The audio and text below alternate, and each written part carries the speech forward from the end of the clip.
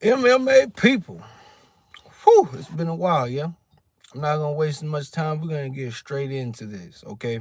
So the question that I'm presented is: did John Jones ducking Tom Aspinall, did it actually put the UFC White House card in a more favorable position? Yes. The answer to that question for me is yes.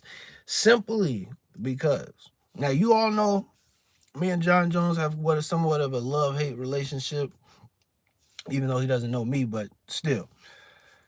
When it comes to John Jones, here's what I'll say. He made a mistake, a huge mistake by not just retiring within, right after he fought Cyril Gahn or Stipe. I mean, right after he fought Stipe, he should have just retired, laid his gloves down, or wait like 72 hours, 48 hours, 72 hours, then just vacate, right? Instead of doing that, he drags it on, talks about these negotiations that all accounts that I'm hearing lead to the fact that, hey, John, you pretty much got offered everything that you were negotiating for, but by the time you wanted, they actually meet the price that you wanted or claimed you wanted, and then by then you say, oh well, never mind, I don't. It's not enough. So and I do get that he's put himself in position to where all the accomplishments maybe give him the lackluster attitude as far as taking on up and comers. Sure, John Jones, let's be honest, he has fought up and comers before. When it comes to his body of work, it's very, very solid.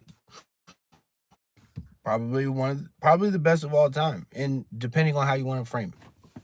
All right. But, buddy, you still have work to do or just opt out completely.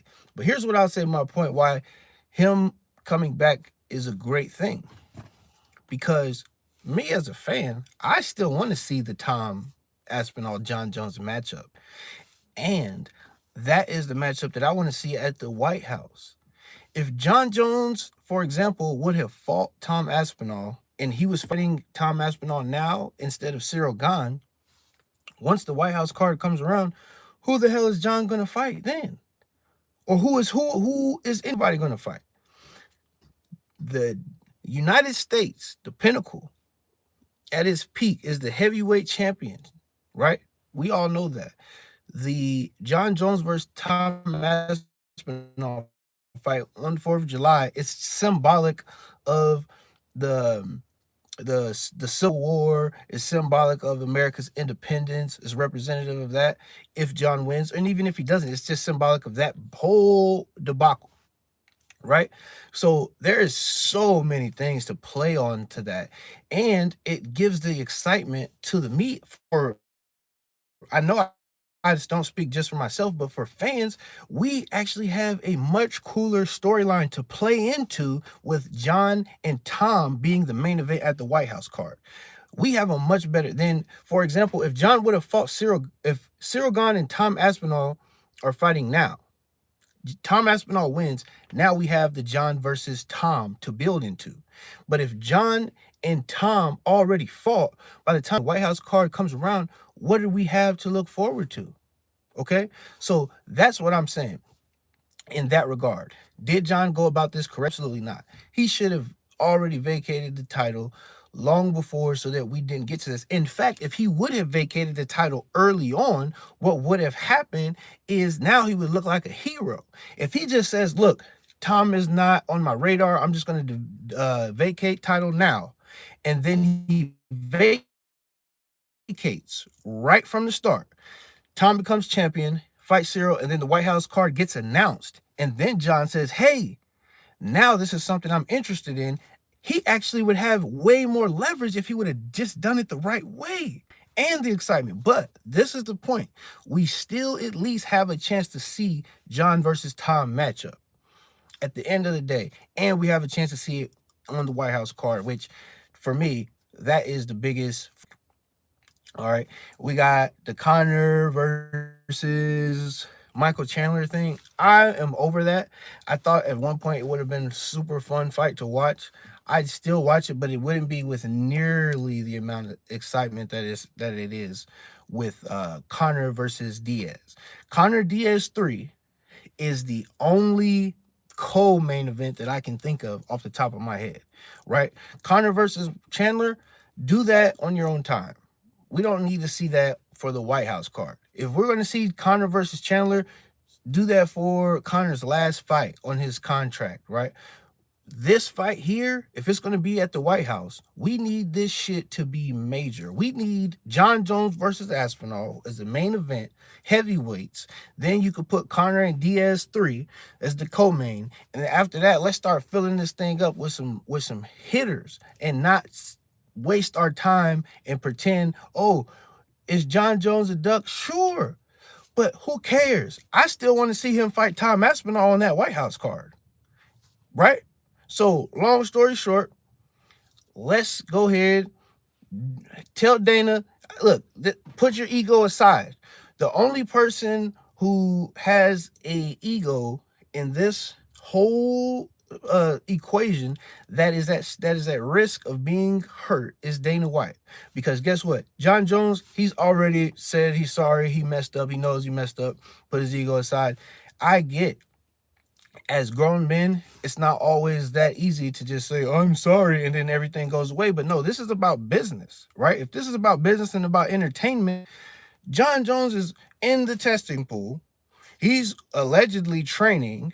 So let's go. Let's move forward. He's publicly come out for the first time and said that he wants to fight Tom Aspinall or whoever the hell it is on the White House card.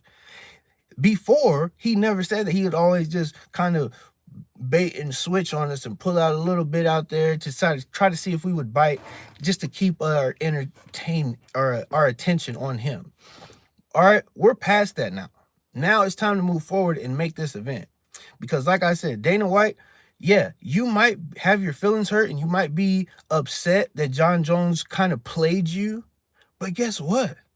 Now you have the chance to capitalize on that and still have all the fans get what they want. You're still going to get paid. And after that, to hell, Jon Jones. But you've spent the last 2 years deep-throating Jon Jones, for lack of a better term. You spent all this time doing that these last 2 years. You might as well get out of it something, right? You might as well get something out of this. Because if you just spent all that time going on Jon Jones and then nothing come of it, then what have we done this whole time but waste? Hello, Jon Jones already agreed to fight Aspinall and then backed out. He's unreliable. I get that. He allegedly agreed to fight Tom Aspinall behind closed doors. But Jon Jones did not come out publicly and say, I'm going to fight Tom Aspinall beforehand. Like I said, did Jon Jones handle this correctly? Absolutely no. He did not. But I'm saying we don't need to compound wrong on top of wrong on top of wrong and just get nothing out of it. We know Jon Jones messed up. We know Jon Jones is beating to the tune of his own drum. He's just his own type of guy, right? We're past that. Jon Jones is completely out of the loop. He doesn't understand the concept of fan appreciation.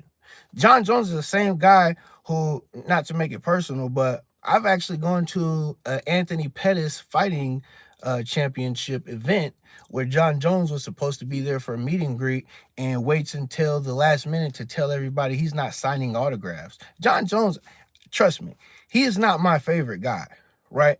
I'm not, this is sure as shit isn't to be here defending Jon Jones and giving him, no, all I'm saying is he already messed up. We know he messed up. He admitted he messed up. But we don't have to keep on messing this thing up. Let's now get it right. He's already messed up. Now he's back in the testing pool. He says he's training. Okay, let us take that for face value. Take it at face value. Put Jon Jones in position. And I'm not even saying that Dana necessarily needs to come out and announce it right now, right? Hold off. Hell, you could even have a plan to have Tom Aspinall fighting John Jones, but set the card for Tom versus whoever, uh, Alameda, and then have John Jones as the backup, when really the whole plan is to have John versus Tom. And as long as everything, you can wait till the end. The same thing, they do pull and play all the time. And I'm not saying they have to tell us exactly what they're doing, but whatever they're doing, they should have their cannons aimed in the direction of making the John versus matchup happen on the White House lawn. Because as an American fan of the UFC, that's what I want to see.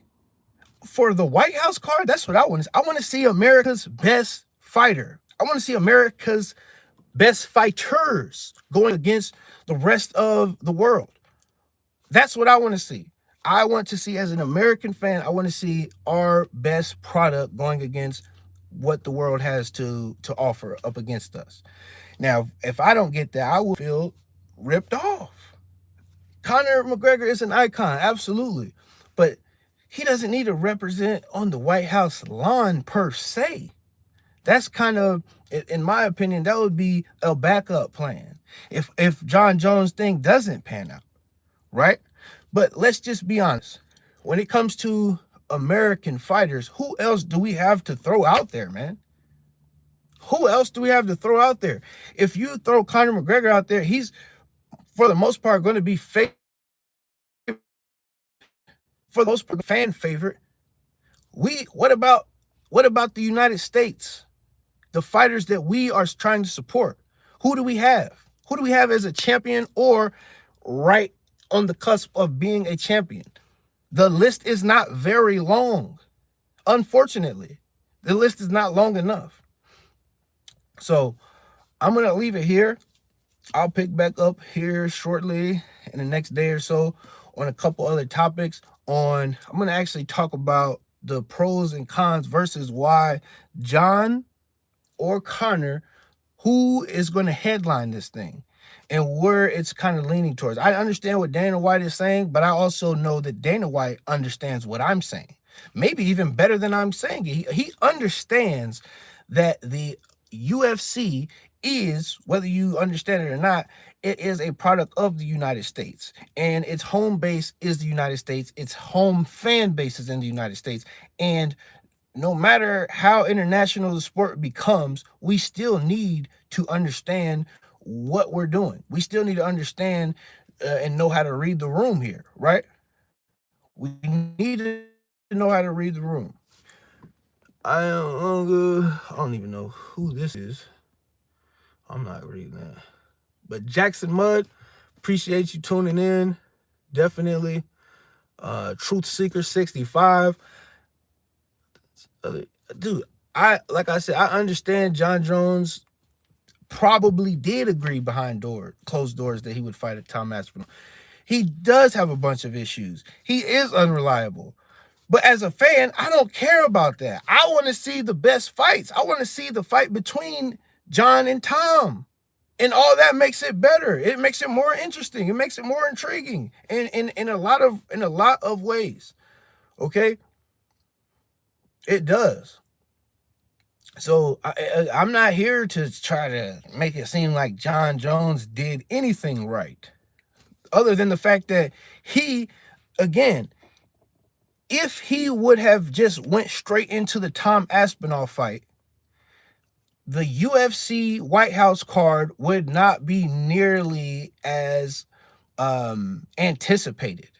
The anticipation for the UFC White House card would not be nearly as high, especially for me. The reason that the UFC White House card means so much right now for me is because we have a chance to throw our best fighter, who just so happens to be possibly the best fighter ever and possibly the best heavyweight right now, against the guy who I think is going to be the best heavyweight of all time, already the most well-rounded heavyweight of all time in Tom Aspinall. We have the chance to take the two titans, How often are the two titans of fighting a American versus a British UK guy? London, Liverpool, Manchester. UK versus the United States, that sells. And especially on Independence Day, how often are we going to have an opportunity where the best fighter in the world and the two best fighters in the world in heavyweight division are someone from the UK and someone from the United States who can clash head to head on the White House lawn with so much at stake? What are we talking about? We're just going to pretend like none of that is the case. We're going to ignore all of that? No. Let's put this together. Let's put it together. All right. So reading the chat here, it doesn't look like too much else is coming through the pipelines. So I'm going to end it here. MMA House on MMA Block, and we are in the middle of MMAville. And yes, we keep it real.